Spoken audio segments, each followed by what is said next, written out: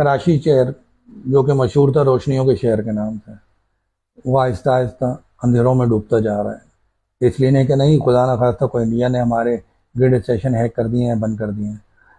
कराची शहर में सिर्फ एक कंपनी है जो बिजली की सप्लाई देती है। कभी उसका नाम KESC हुआ करता था, आजकल वो के इलेक्ट्रिक है। बहुत सारे लोग प्यार से चे इलेक्ट्रिक भी बोलते हैं। अब चे का मतलब मुझसे ना पूछिएगा, वो सर्च कर लीजिएगा।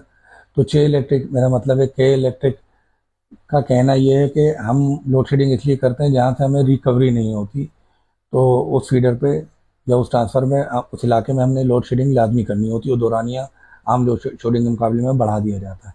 और वो इस बात का जवाब देने से कासिर होते हैं कि अगर किसी इलाके में 100 घर हैं और 50 घर मुकम्मल पेमेंट दे रहे हैं और 50 किसी वजह से बिल नहीं दे रहे हैं, तो उनके साथ इंसाफ का तकादा क्या होगा, या सिस्टम क्या होगा कि जो लोग पैसे नहीं दे रहे हैं उनकी बिजली बंद की जाए या उनकी लोड शेडिंग की जाए।